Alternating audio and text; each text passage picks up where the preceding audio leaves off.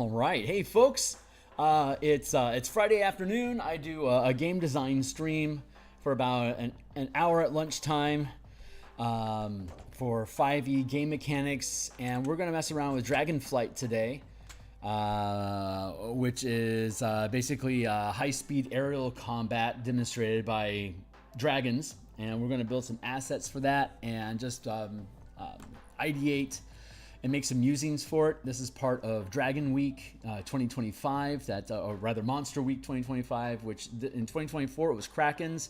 In 2025 it's Dragons. So I'm going to be making a video that I'll be publishing next week, probably like the 24th or 25th. I'll post on socials when you see it, and there'll be some buzz around it as well. So you can keep an eye out for that. I'm going to just check my signal here real quick, make sure I'm coming through okay, and then we'll get started here for probably about an hour worth of work. So, yeah, there we go. Sounds like I'm coming through okay. I'm going to just do some quick social media updates here, just to get the word out, and then we'll start playing with ideas. So give me a second here. Looks like I'm updated now. Dun dun dun, and then switch over.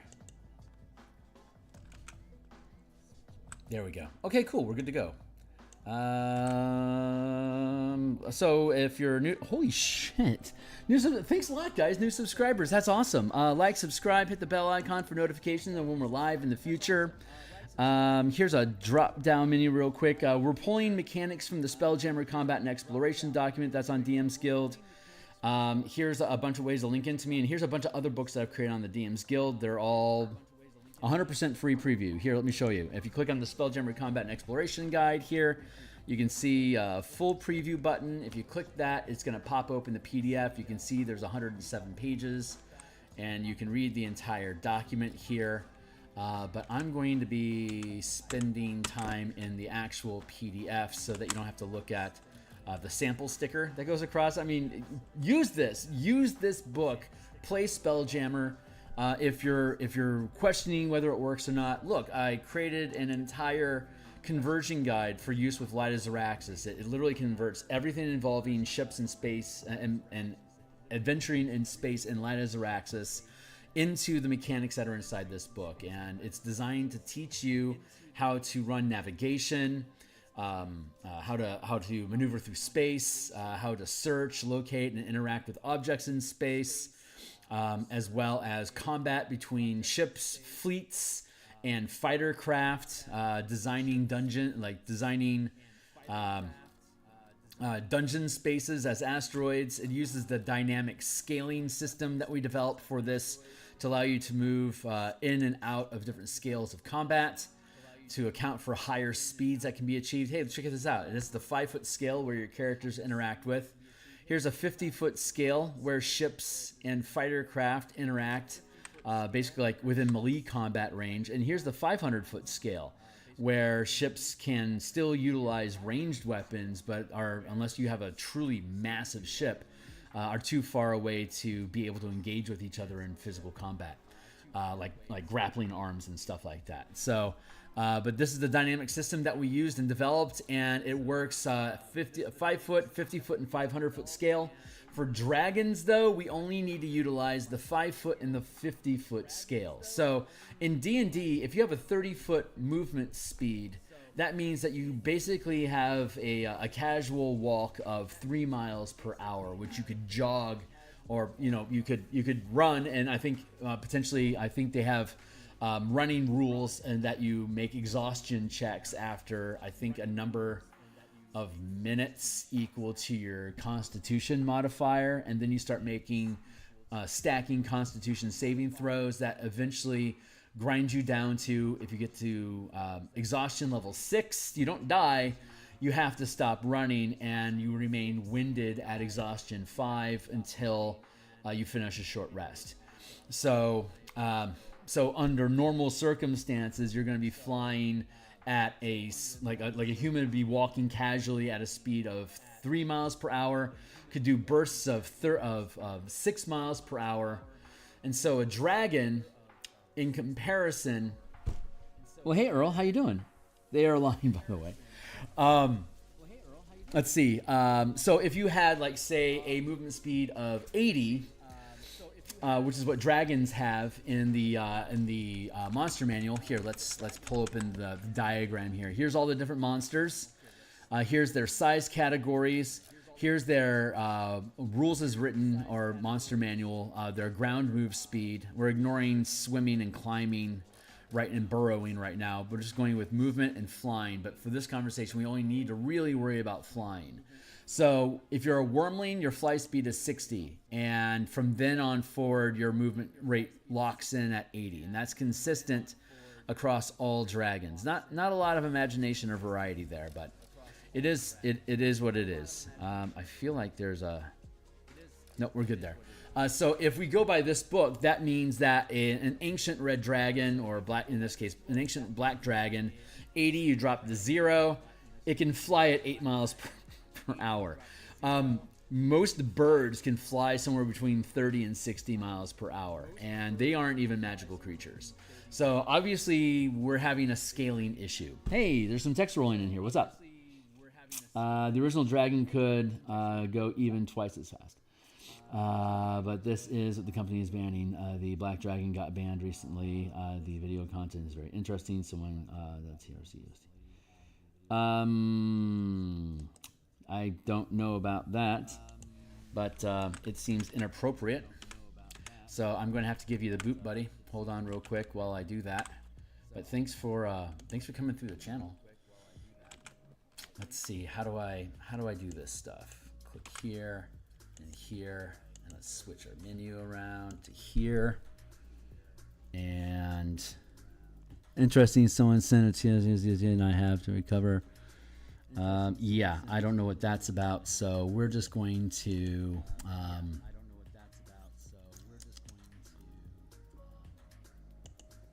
hide the user on that channel. There we go. That worked. Let's see. So what's going on? The Black Dragon got banned recently. The dragon had the nickname Feral Basketball Monster during development, but the company changed. The dragon had... Yeah, I don't know what's going on. That seems weird. Sorry, my guy. Yeah, I don't know what's going on. That seems weird. Sorry, my guy.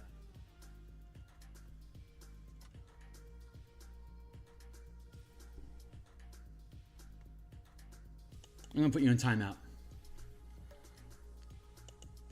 We're going to do that again another time. So back on task.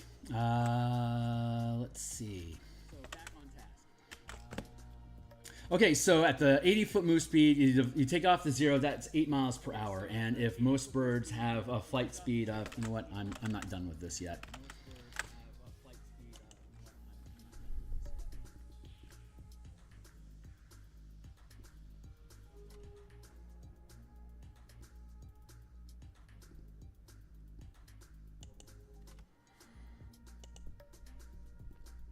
There.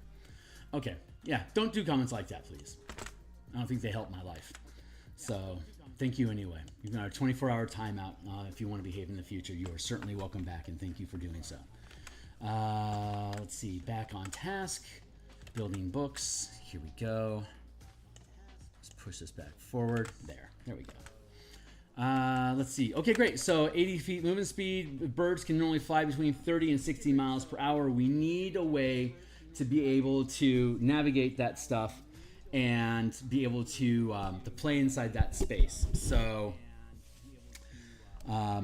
let's see. If we allowed a dragon to move at 50 miles per hour and we were to break that down, they would have a movement speed of 500, which kind of breaks what goes on inside the D&D game engine when you're operating at the 5-foot square. You can't allow dragons to be able to move 100 squares as a move action and be able to realistically engage with characters.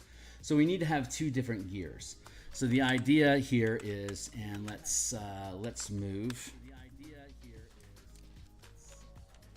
to, let's pull open, this is just a general map. This is an environment map that I'm creating to demonstrate dragons interacting with each other over land, but pulling that away, if we were to Here.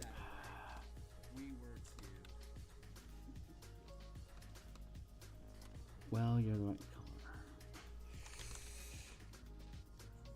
Let's see. So if we're looking at a dragon that occupies, like, say, a large square space here. Hold on.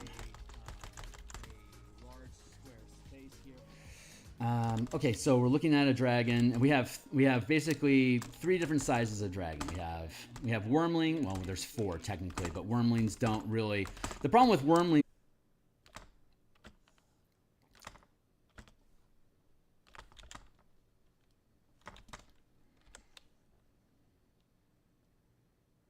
There. So this is the size of a wormling. This is the size of a young adult. This is the size of a young dragon, an adult.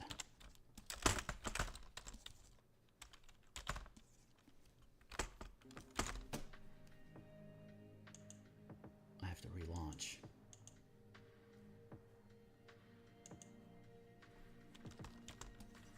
There we go.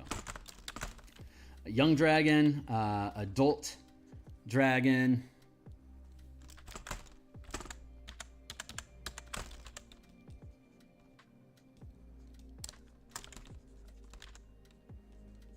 and ancient dragon.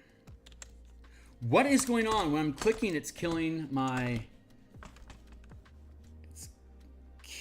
program.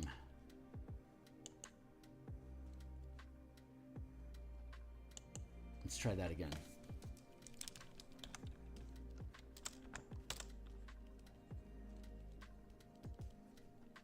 Ancient. There we go. And so this is the footprint that they typically hold here. We're looking at wormling, young, adult, ancient, medium, large, huge, and giant. And this isn't really taking into account their potential wingspan that goes along with it. So that's an issue. If we're operating at the 5-foot scale, where your characters are occupying a 5-foot square here and here, then having a 5-foot scale of combat makes sense. And having them be able to move, like we were saying, being able to move like hundreds of squares in a round makes it impossible for the characters to interact with them. So we have to have a gear shift where we're able to continue to operate at the 5-foot scale with dragons as we normally would expect to, but also be able to have a place where they can have the type of flight speeds that we would expect flying creatures to have. If a crow can fly 30 miles per hour, surely a dragon can do at least 30 miles per hour. But that would, again, mean that they would have a move speed of 300, which is overclocking the game. The game also isn't taking into account that a dragon has, like I said, a wingspan that might be much larger than its actual footprint. And those mechanics are ignored. Territory as the alpha creature of most likely the dominant CR within a couple 100 miles. That seems realistic for the size that dragons are. So what we're going to step into is the scaling mechanics. You can move between the 5-foot scale, which can utilize the normal movement speed that's listed here. But then if we're actually taking flight and like actually flying over land, we can then transition into a higher speed, which is what a lot of the combat and exploration book in the Spelljammer book, that's a lot of mechanics that this book deals with, changing scale during combat and exploration, hence Spelljammer Combat and Exploration. So if you have put a boat on the throat, danger plane. Yeah, I think we're doing okay. And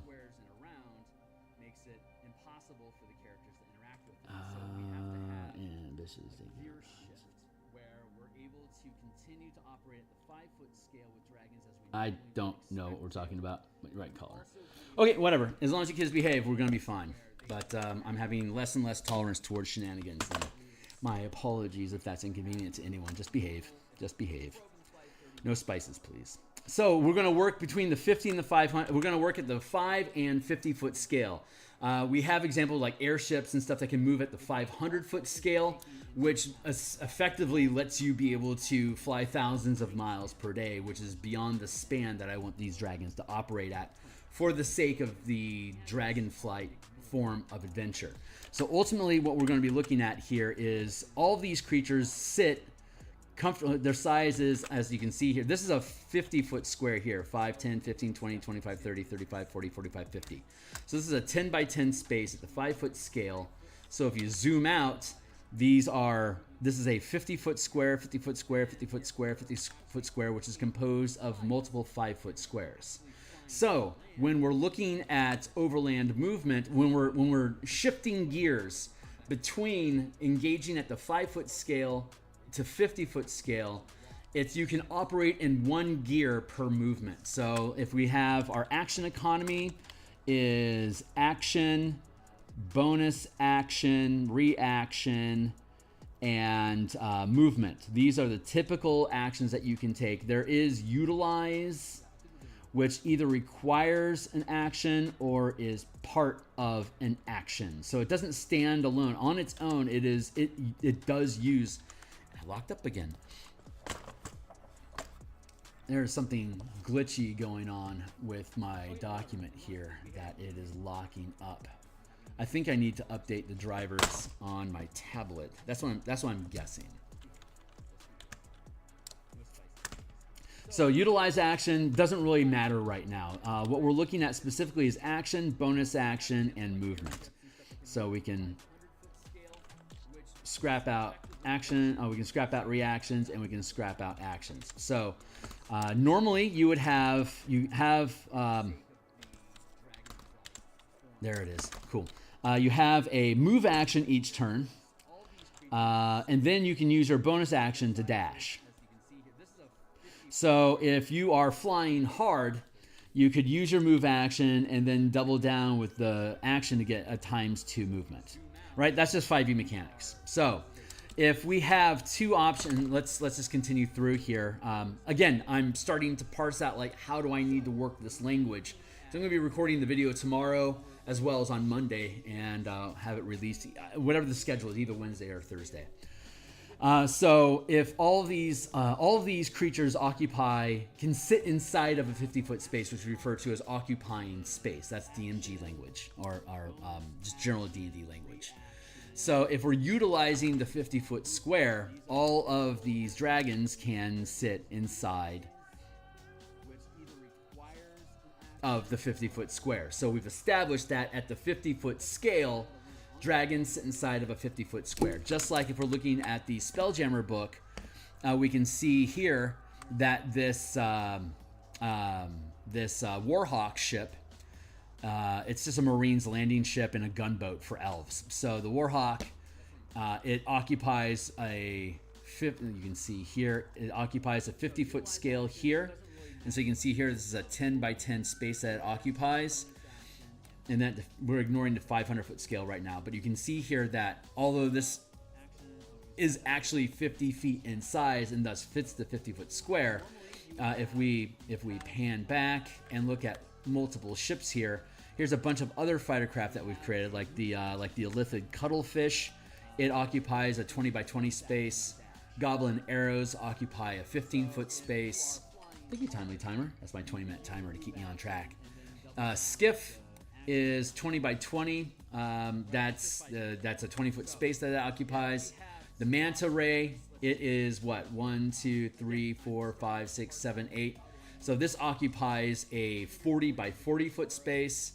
The Neogi Spiderling, this is also a 1, 2, 3, 4, 5, 6. This is also a 40 by 40 ship.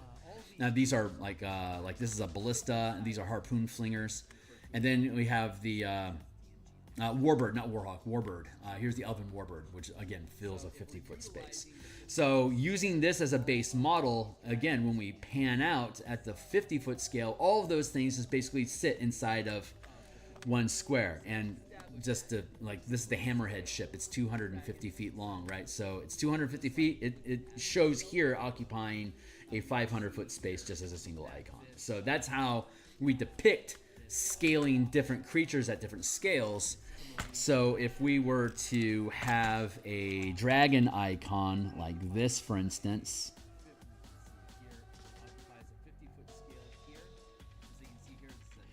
if that's my dragon icon,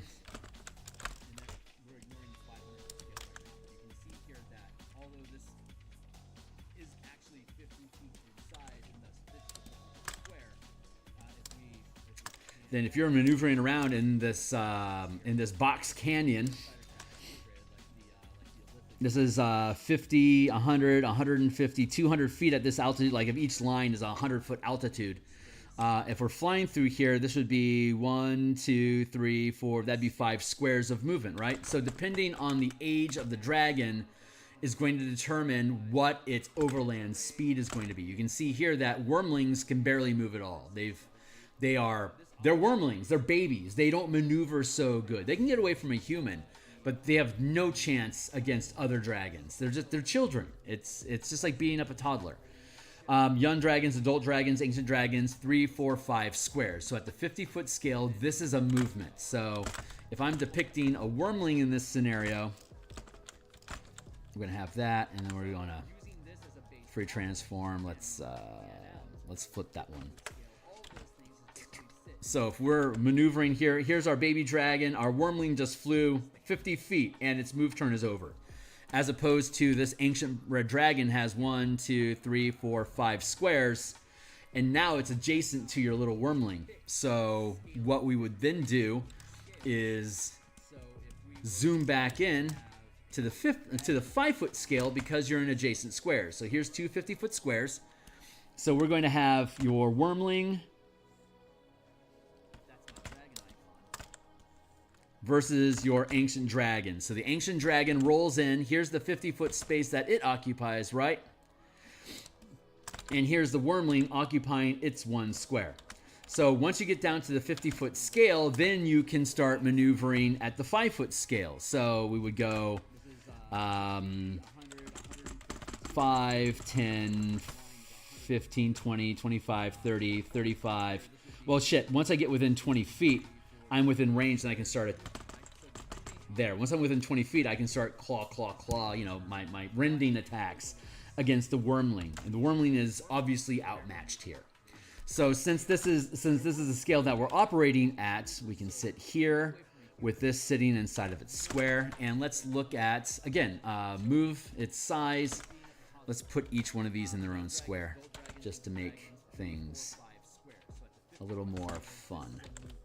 Here and here and here and here. If this seems a little manic, again, I'm still sorting things out and figuring out how to organize these things in my mind. And honestly, streaming ideas like this helps me organize them so I know how to approach them when I actually do the video, because I've got some experience here talking at the camera about how this shit works. So if we're doing overland movement like this, again, we're never taking the size of the wings into account when we're looking at the 5-foot scale. It's just, they exist, but we don't worry about them. But at the 50-foot scale, we also can ignore the wings. But since we're operating at the 50-foot scale, we can have our wings stretch out here a little bit more, or we could have them stretch out into extra squares if we wanted to, like that. And the actual dragon itself might actually like occupy space like perhaps like this. Then you can start maneuvering at the 5-foot scale. So we would go 5. So this might be how a dragon actually is sized across a 150-foot space, or maybe it doesn't need to be that big, but it's not too far off from how it seems that we depict dragon wings. But I could see us bringing them in to like maybe about that big. Transform. Flip horizontal.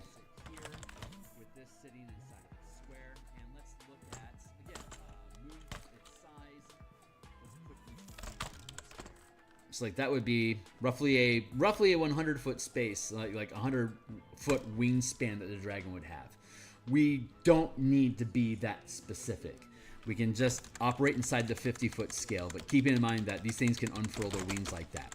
So when we are depicting Dragonflight, we need to have, if we're going to operate at these higher rates of speed of 1 to 5 squares as a move action, which translates anywhere from 50 to 250 feet, that 250-foot scale translates into 25 miles per hour. Since it's 5 squares at the 50-foot scale in a round of combat, 50 times 5 is 250. You drop the 0, that equals 25 miles per hour. And so if you're doing a full flight without doing any kind of slowing, you're going to take... Where are you at? There we go. So we have our normal move action, which is either going to be 15, 20, or 25 mph, miles per hour. And then if you tack on the dash action, where all you're doing is just outright just flying over land, then it's going to double anywhere from 30, 40, and 50 miles per hour. So this starts to seem a lot more realistic for the type of speed that dragons can cover over the course of a day. That unto itself is easy enough. If we're engaging in combat, like we were looking at here, we have our maps built.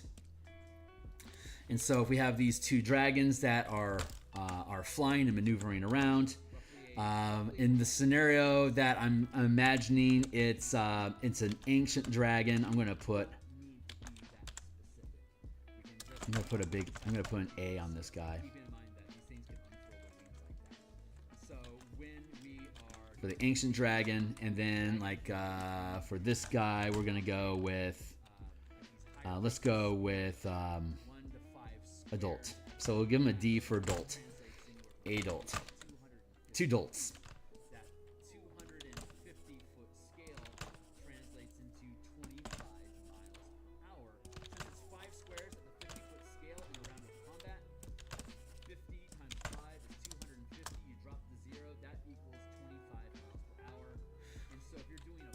Weird. Okay, there we go. So if the ancient dragon, here's ancient, here's you. Just give you a little bit of separation. I'm just going to grab all of them into the same layer to make it easier for me to maneuver them. So if these guys, like for example, if this ancient red dragon has a lair, let's go with map.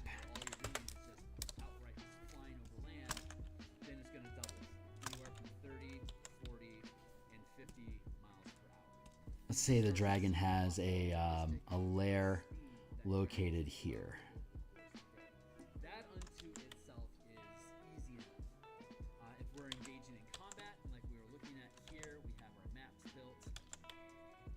And so if we have these 2 dragons that are flying and maneuvering around, in the scenario that I'm imagining, it's there we go. I can hear myself a little bit, but I'm okay with that. Hold on, I think I'm in the past. Yeah, I'm in the past. There we go. Up to speed. So if this is where the ancient red dragon's lair is, and it's being pursued, we could treat this entire region. We could treat this as the lair to give the dragon lair actions. So I'm thinking of having a few things set up, like let's have a trap set up here. Let's have another trap over here. Let's have a trap set up here. And another one here. Here. And here. So if the dragon is being pursued,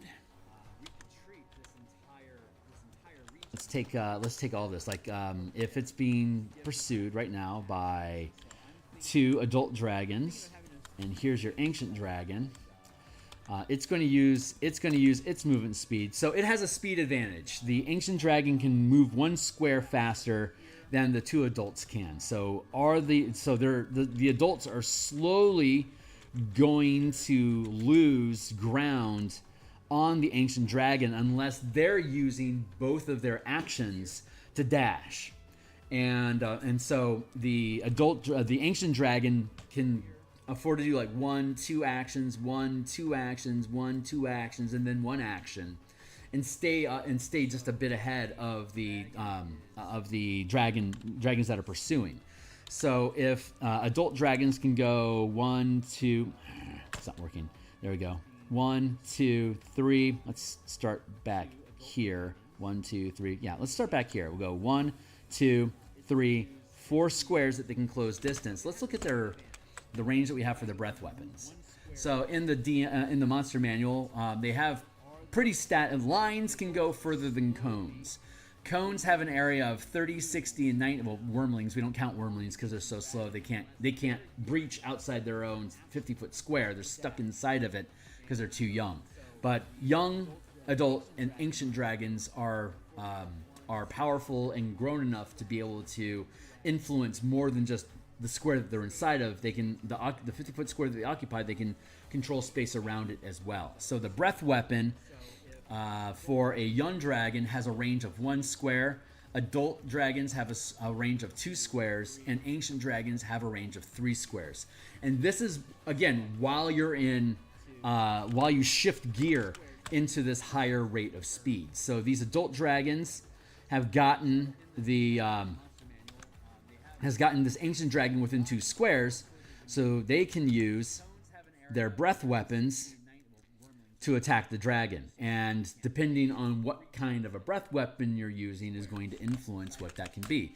But if we look at rays, there's lines and there's cones. So the cones have 1, 2, and 3. Lines shoot farther. As you can see here, they have a larger distance than the cones do.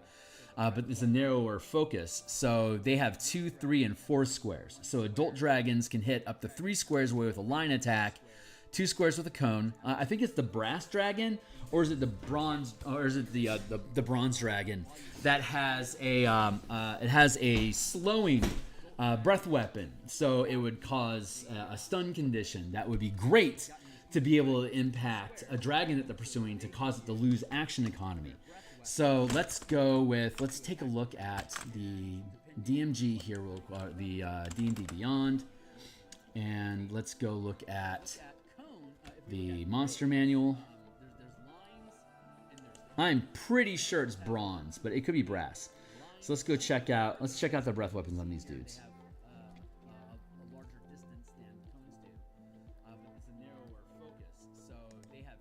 Brass.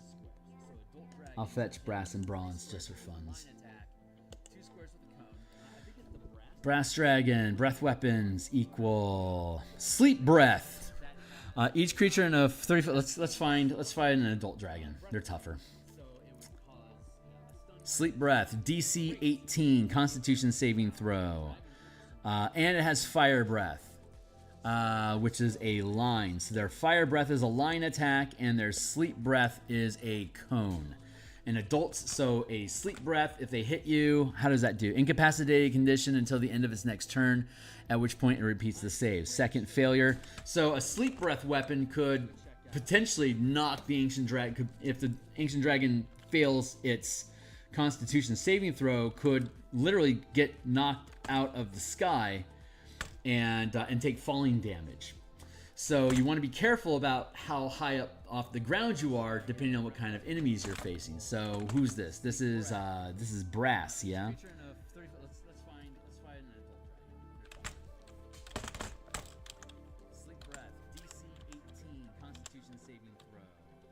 Brass, and we'll go.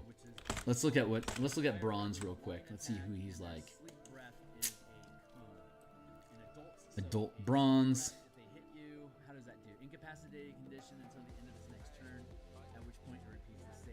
Repulsion breath. Cone. Target is pushed up to 60 feet straight away from the dragon and has the prone condition.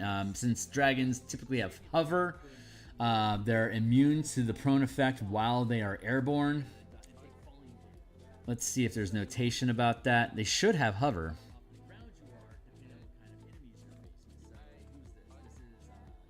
Multi-attack, legendary, amphibious, can breathe air and water. Whoa, wait a sec. Do they not have hover anymore? Show me the reference. Multi-attack, rend, spellcasting at will, once per day. Each. Guiding Light, Thunderclap, legendary action usage. Ancient Bronze, fly 80 feet. I don't think these guys have hover anymore. Target is pushed up to 60 feet straight away. I haven't looked at flying dragons in a bit, honestly. This is the first I'm looking at this, and wow. They're immune to the prone effect while they are airborne. That's a little loud. Let's see if there's notation about that. They should have hover. I'm going to bring down the volume on that just a smidge. There we go.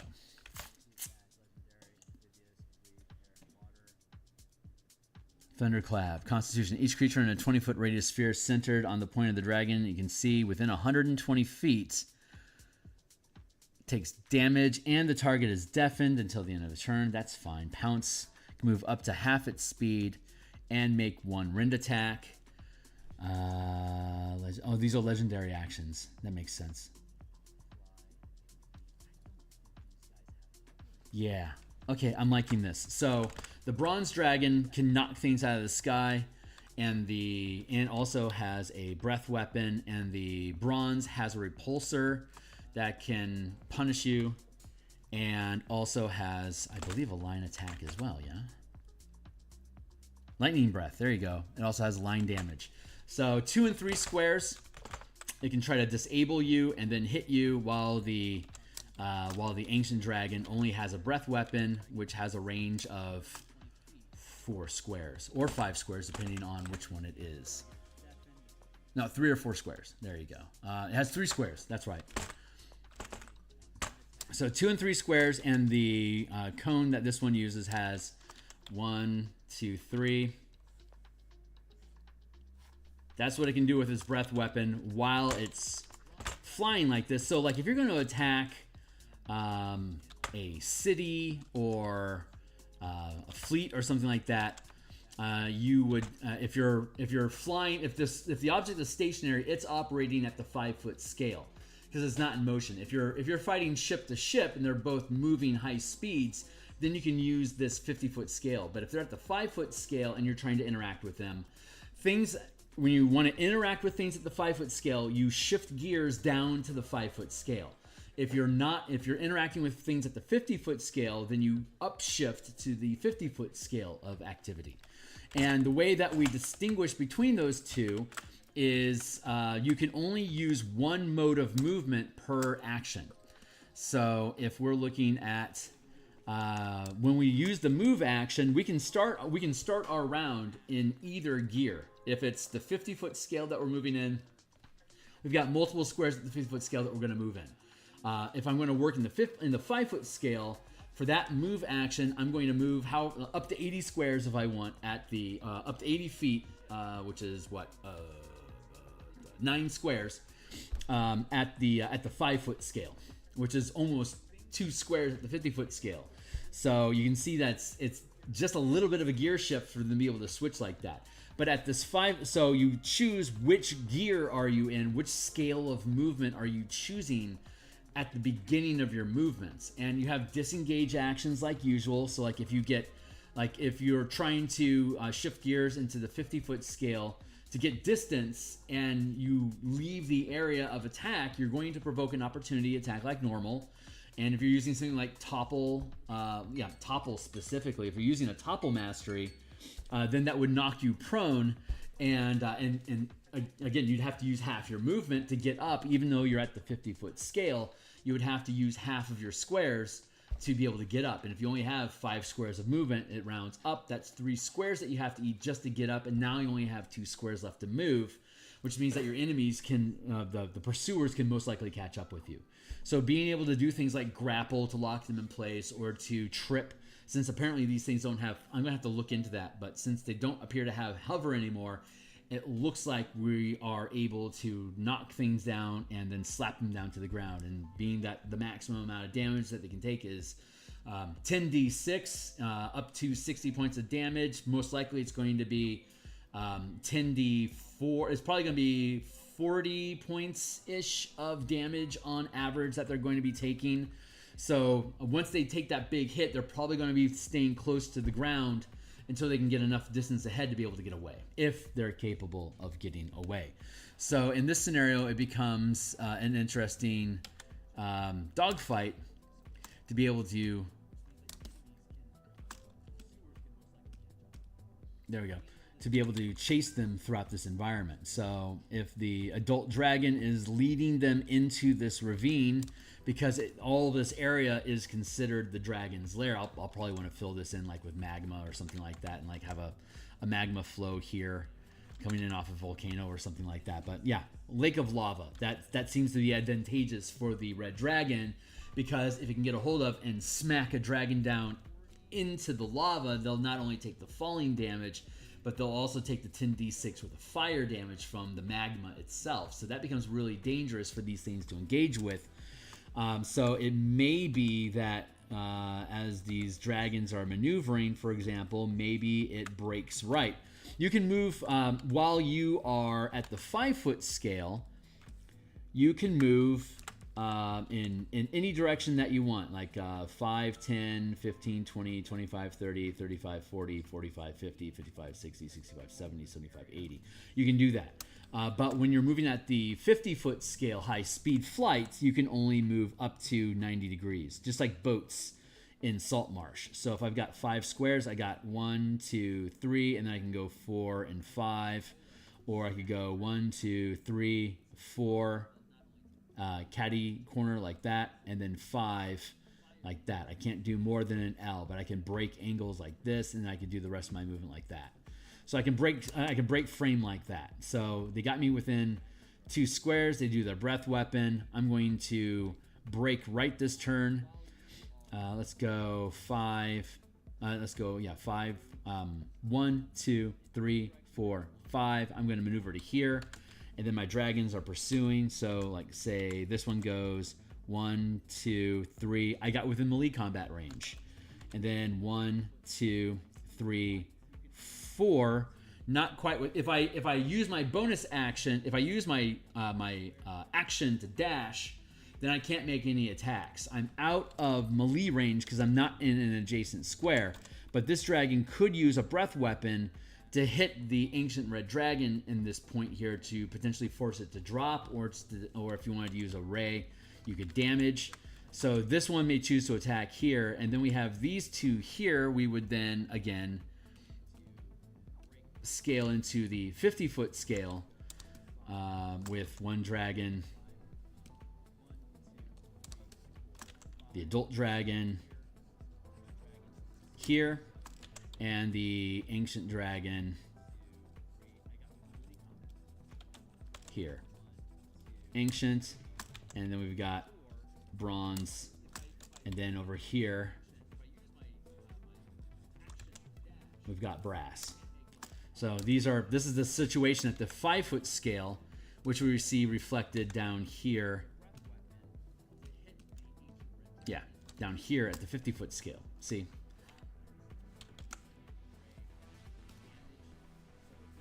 Same arrangement. So this is within 50 feet of each other. That was one movement. And now the bronze dragon could, it has a speed of 80. So 5, 10, 15, 20, 25, 30. It could use its dash action to close distance, to get within reach of the ancient dragon. So if the dragon then uses its movement to try to break free here at the 50-foot scale again,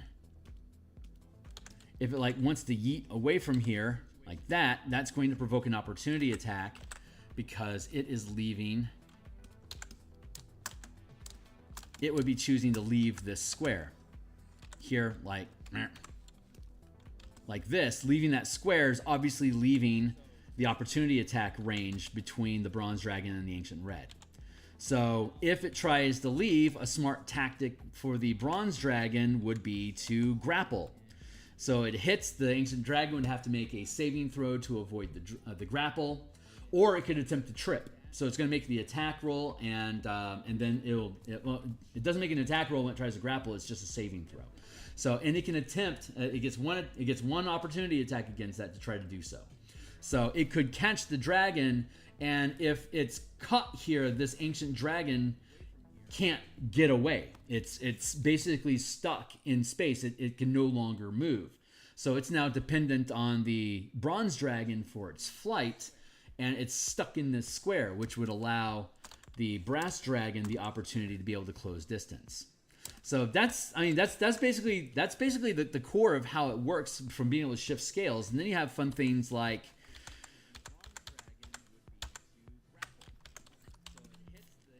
if we're looking at here, and we can then, like, for example, this is a bronze dragon. We could have, here is your character riding on the back of the dragon. And let's give them a dragon lance.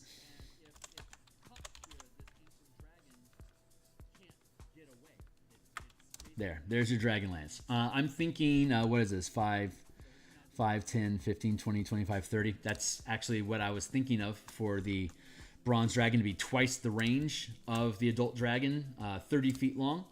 And then for the ancient dragon, we could have greater dragon lances, which are 5, 10, 15, 20, 25, 30, 35, 40.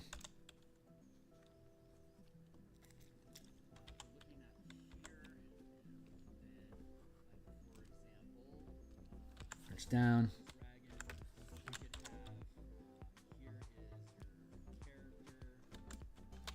There you go. So you have a character here. Here's the thing: the 20-foot space that the dragon occupies, that we're ignoring all the anatomy of the dragon, you know, roar, like fangs and wings and stuff like that. This 20 by 20 space is the effective area that, at the 5-foot scale, you're engaging the creature with. This is the platform area of it. So you've got your Dragonlance here, and you've got a lesser dragon, a light Dragonlance, heavy. This will be a heavy Dragonlance. This will be a light Dragonlance. And the Dragonlance is going to do the same damage as melee weapons do in the Spelljammer Combat Exploration document that we created. Let's roll down here. 30 versus 40. Actually, let's take a quick second here and look at what kind of damage can a young and ancient dragon, young, older, and ancient dragon do. Young dragon, adult, let's say, yeah, adult bronze dragon. Let's go young bronze dragon. A young bronze dragon, when it makes an attack, it can deal 2d10 plus 5 damage. A adult bronze dragon can deal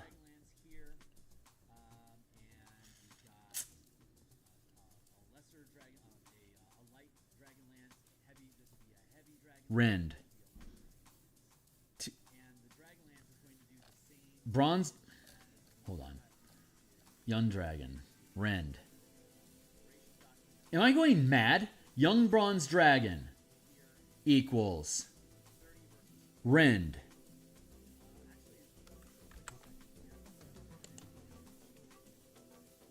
Am I going mad?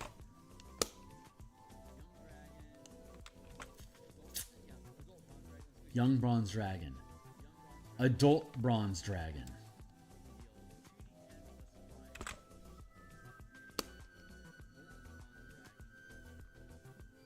What the fuck is going on? Why is the adult dragon dealing less damage with an attack than the young dragon? There's something wrong about this. Ancient bronze dragon. Let's take a look at you, dude. 2d8 plus 9.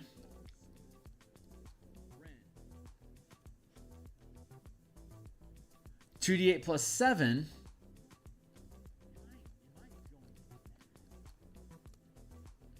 It's supposed to be 2d8 plus 5. So what is this? 2d8? 1d10 plus 3. You see the problem that we're looking at here? What the fuck is going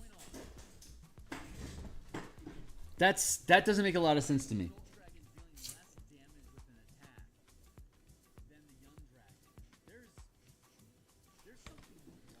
That's really weird.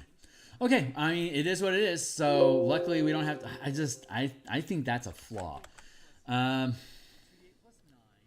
they getting at least more attacks? Is that what's happening here? Rend, multi-attack. 3 rend attacks. You replace one of those attacks with either Repulsive Breath or Spellcasting Guiding Bolt. That's the Adult Dragon. How about the Ancient? Ancient is 2d8 plus 9. 3 attacks. How about the Young? Does the Young get 2 attacks? Adult, Rend, multi-attack, 3 Rends. Can do the same thing. What about 3 Rend? But it can't do any of the fancy stuff. I am disagreeing with that structure.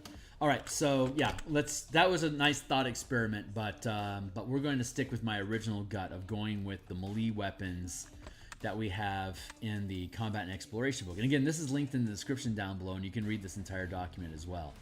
It is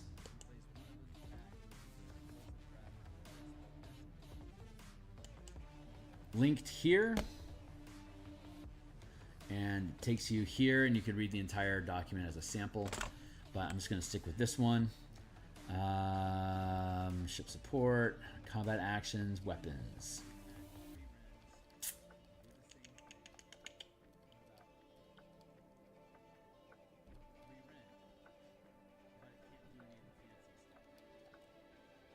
Okay, so Harpoon Flingers have a range of 120 feet, which is going to end up being 2 squares because it's less. If it's 25 feet or more, it would be an extra square. But this is 120, so that's going to have 2 squares of range as a Harpoon Flinger, and a Ballista has a range of 120 to 480. What about the Harpoon Flinger? Up 120 and 480. So the 80 is more than half. It's 30 feet plus 50 feet. That's where you get the 480. So that's going to be a 500 feet, which means that both of these weapons actually have a range on this battle map of up to 10 squares. So if we equip these Dragon Riders with a Howdah, if we're treating these as a Howdah on the back, again on the back of the dragon, then we have the what is it? What's the word that I'm looking for? Not pilot. The rider, I guess. So the rider would be here. In this one, the rider would be here.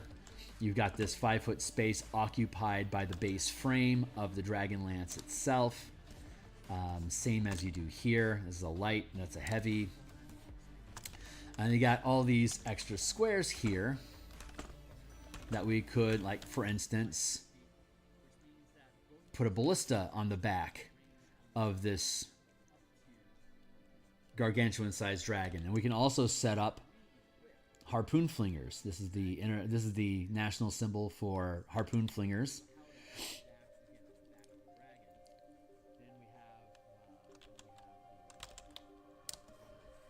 That's pretty boss. If we were to, let's see, arrange like this, we don't have room on the back of the huge-sized creature to be able to be equipped with a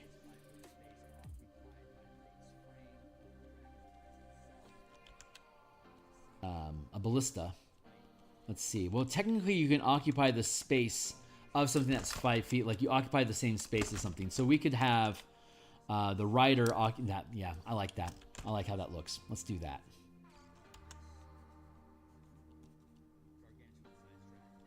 Rider, and you have the Dragon Lance here with you.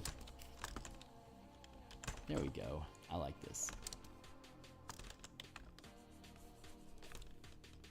1, 2, 3, 4, 5, 6, 7, 8. There we go. Good. So we have tons of room on this for the rider, and then Harpoon Flinger here. Shit, I could really. Well, hold on. We need to have. Yeah, we need to have a crew. So we could have.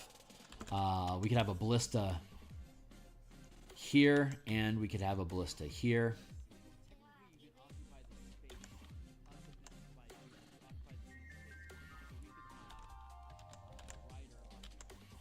And the Harpoon Flinger goes like that.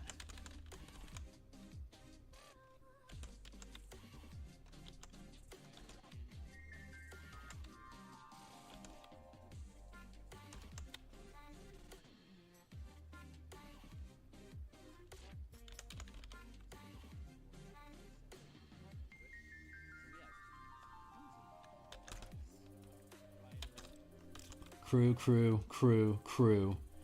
1, 2, 3 crew, 1, 2, 3 crew. That's a decent battle platform that we're rocking here. Actually, let's take this. We'll pull that one back, and no, let's leave that one where that one was at. Yeah, just have up 3 up front. And then on this wagon back here, we can have 1 ballista.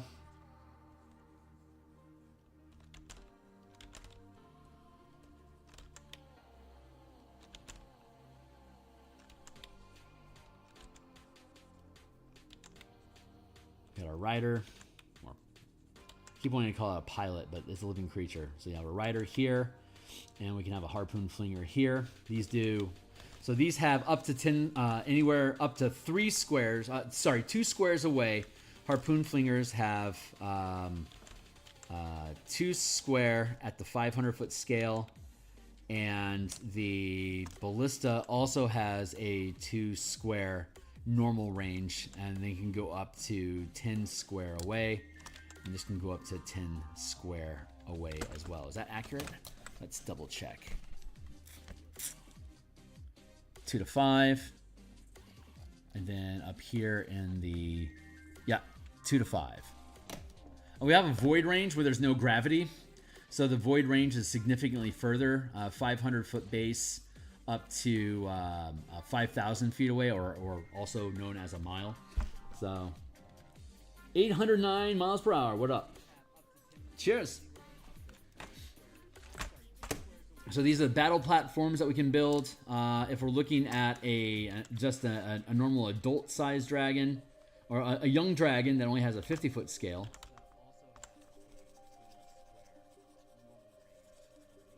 or rather, that size large, right? So it has a 2x2 space. It's too small to be able to accommodate a, because the ballista would take up the entire space. There wouldn't be any room for the pilot, the handler, I guess, whatever. So we would have basically a 5x5 space here in the middle where we'll put the Dragon Lance. And again, it's only young, so it can only deal with a 30-foot lance, like that. Dragon Rider goes here, but we do have enough space for a harpoon flinger here and here, and then a wormling is only a 5-foot space. Like it's its own thing. It can't carry shit, so it doesn't have any armed weapons, and it can't really operate at these higher scales of speed that we're talking about. So when you're within 5 feet of each other at the, when you're operating at the 50-foot scale and you're within 1 square of each other, if you have the means to or have intentions to, you can then again scale in to the 5-foot scale here and interact with each other directly, as long as you're within the normal reach. Gargantuan normal range for melee combat is 20 feet. Normal range for melee combat for the adult huge size is 15 feet. Young dragon, 10 feet, has a 10-foot reach. And this is for melee attacks. So when you're dealing with the 50-foot scale, you can't do melee attacks. You have to be close enough to drop gear to be in the 5-foot scale instead of the 50-foot scale. So you could do the one thing that I was starting to talk about, but I hadn't gotten to yet, was talking about like on this map. There, as this ancient red dragon attempts to navigate around, if instead of like moving away in that direction, if instead it survives the stunning blast from the bronze dragon, from the bronze dragon, it has its 5 squares of movement. It's adjacent here, so it could trigger an opportunity attack, but if it survives that, it goes 5-10. And this is a trap marker that it has set up that hasn't triggered yet, but as the dragon goes by, it it pops the lock on that, and it continues flying on.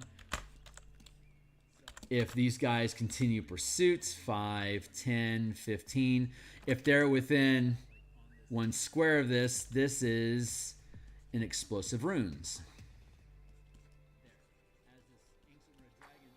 Or it could be any kind of spell trigger trap. In any kind of, what is it, glyph of warding. It could have any sort of glyph of warding effects. It could have like slow. It could trigger a slow spell to everybody that's within 1 square of it, or it could be explosive runes, just does raw damage. It could be thunder wave that knocks you away, and you could have a D6 list of what do these effects do, or the DM could pick them out ahead of time. And so everywhere that there's a mark here, here's a mark, here's a mark, here's here, here, and here. And let's put another one here. So it has all these different. Oh yeah, and let's put one here.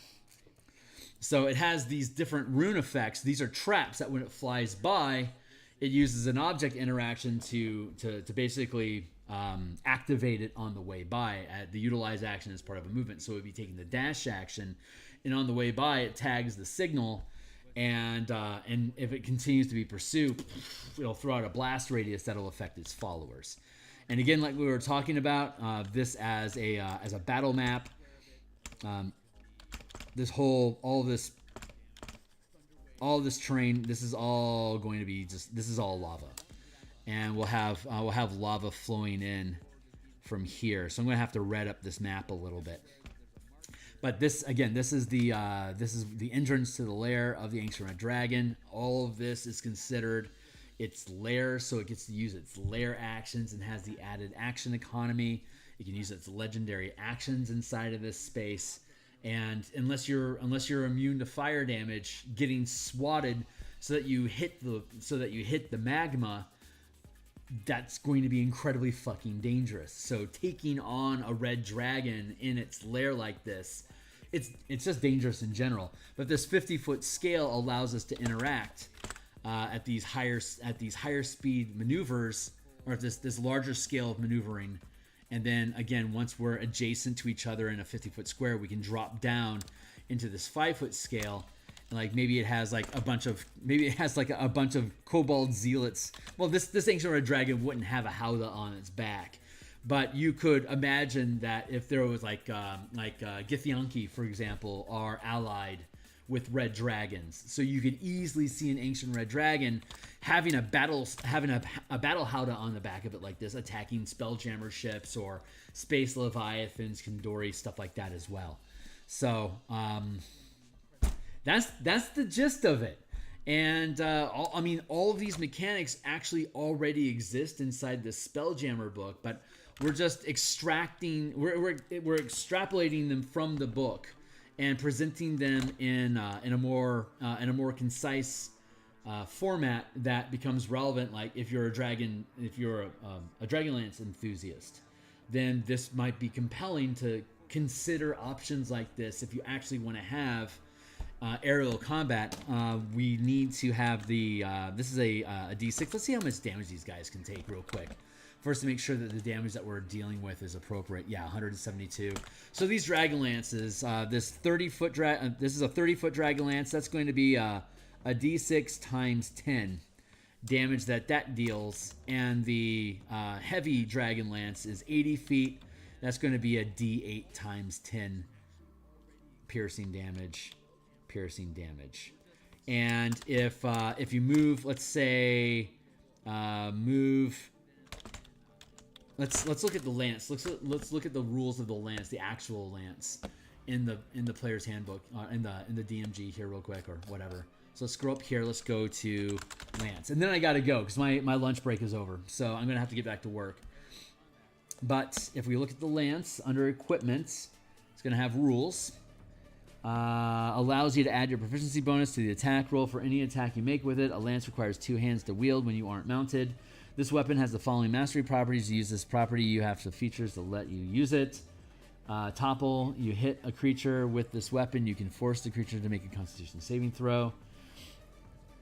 On a failed save, the creature has the prone condition. 8 plus your ability modifiers used in the attack roll proficiency bonus. Topple, Heavy requires 2 hands. And 2-handed. Reach. Disadvantage. All right, it doesn't talk anything about charge attacks here. So we'll have to look that up. That's been separated from Lance. So now it has the topple mastery. So if I hit you with the Dragon Lance, you have to make your saving throw. That could topple you, and since none of these dragons have hover, that would knock them out of the sky, and then they're going to eat turf because they've been knocked prone while they're airborne. That's going to force them to the ground. So that's basically the skinny of it. I mean, there's not a lot to it. It's just you just got to walk through. Just got to walk through the mechanics of it. So you'd shift again. Each move action can be in 1 gear of speed. You can start off in any gear that you want, but I'm taking my move action. You're always going to provoke opportunity attacks by trying to move out of space from each other. If you're in adjacent squares at the 50-foot scale, even if you're depicted as not being within melee combat range, you still get an opportunity attack from them because the way that physics works, non-Euclidean physics work in 5e, you can still swipe at your target, even though they are technically like more than 15 or 20 feet away. You can still make an opportunity attack against them as they attempt to leave the square adjacent to you. So you have a chance to hit them with a Dragon Lance and then topple them. So those Dragon Lances are pretty fucking dangerous. I like that. All right. Any notes to wrap up? But all right on, man. Thanks. After all this time, you're still doing good. Keep up the good. Thanks a lot, man. I really appreciate that. It's been a while, that's for sure. It's been a long time, my guy. But yeah. So these mechanics keep paying us dividends.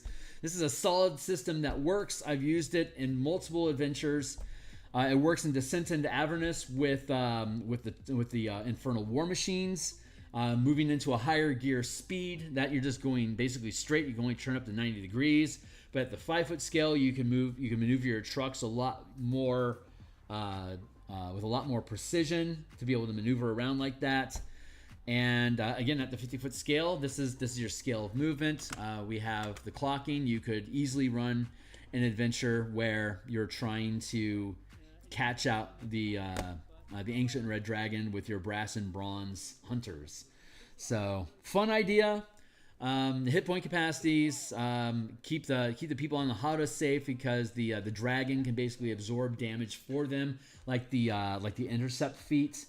The dragon that they're riding on can use the intercept feat to take damage for the team or prevent them from being targeted by using its own body to create cover against incoming attacks. So as a reaction, you can either deflect an attack, or as a reaction, you can turn and cover your allies so they don't take any damage, like from an incoming dragon breath that would kill them. You can just turn belly and take the hit. The dragon can take the hit, and then you've got your healers on the back of the Howdah that's pumping health back into the dragon while it's flying and pursuing. So you've got your dragon rider that's wielding the lance that's engaging in melee combat. You've got your flanking artillery fire that's dumping siege weapon and harpoon flingers into your target. And then you've got, if you have any spare space that's open, that's where your healers are going to be, or your healers could double as harpoon flingers. But you'd have a ballista crew, you'd have harpoon flingers, you'd have the dragon rider, and then you would have support crew. So size huge, like an adult dragon would be appropriate for this. I could see characters at 9th level having having young dragons as allies. You can obviously pack on a lot less firepower onto these. You could have you have 2 harpoon flingers, so you basically essentially have 3 riders on the 3x3 space, and it's the ancient dragons that are just massive massive weapon platforms, packing 2 ballistas. They do D4 times 10 damage apiece. The heavy lance, which does D8 times 10 damage on impact, and then the harpoon flingers, 1, 2, 3 harpoon flingers, which do 2d8 damage each, with a range of 2 to 5 squares, 2 at normal range, 5 squares at disadvantage, and the same thing with the ballistas, 2 squares normal. And then you can use specialized ammo, which would actually come in really freaking handy in these hunts. Ammunition, they have, let's see, here's your normal ballista bolt ammunition. and bolt ammunition is towing cables. There you go. So a towing cable is when you deal damage using this ammunition, the target is grappled as though the ammunition is a piercing ram with a reach equal to the length of the cable. So if my dragon hunters are using grappling bolts off of the ballistas that are on their howdah, if they hit, they've now tethered that dragon, and it can't break free unless it uses an attack action to break, to break free from the grapple, which it can do just by pulling the bolt out of itself to breaking free. But it has to use an action to take the attack actions, and now it's stuck. It can't use a double move to try to escape because it had to waste action economy in breaking free. Yeah. So if you've got two adult dragons that are chasing after with tethered ballistas, and you hit it twice, it's going to have to use 2 attacks, one to clear each rope. And while it's doing that, that allows the team to close distance and catch. So these two adult dragons are actually a pretty fucking significant threat to this ancient red dragon, unless it really knows what it's doing in its own lair and has a plan to be able to disable somehow. So that's fun. Anyway, that's the skinny of what we're doing. I'm still figuring out how I want to organize all that information more succinctly so I can make a video out of it. I just rolled through it